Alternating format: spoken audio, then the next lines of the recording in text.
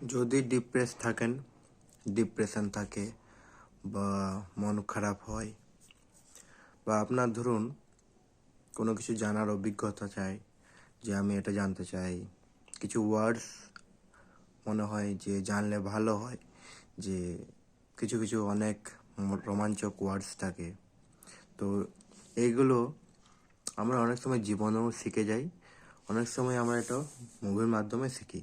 তো আমি আপনাদেরকে সাজেস্ট করব কী কী দেখার জন্য। তো ফার্স্ট অফ অল, আপনি যদি বাঙালি হন বা বিহারি যেই হন, তো ডিটেকটিভ মুভি দেখুন, যেমন ফেলুদা আছে, ব্যোমকেশ বক্সী আছে, এমনি শার্লক হোমস আছে, সানডে সাসপেন্স শুনুন। আর যদি আপনি বলেন আমি কিছু ওয়ার্ডস জানতে চাই জীবনের ব্যাপারে, তাহলে আপনি অ্যানিমে দেখুন, কারণ আপনি যত দেখবেন ততই শিখবেন।